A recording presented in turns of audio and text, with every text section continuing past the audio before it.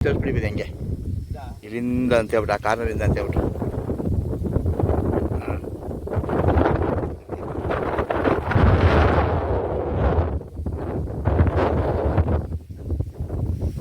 ಅಲ್ಲಿ ಎಷ್ಟು ಬಂದಿದ್ದು ಟೋಟಲ್ ಎಷ್ಟು ಆಗ್ಬೋದ ಒಂದು 30 ಆದ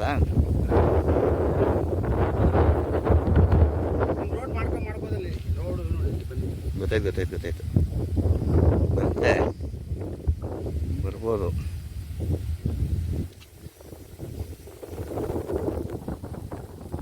ಪಂಚಾಯತಿ ರೋಡ್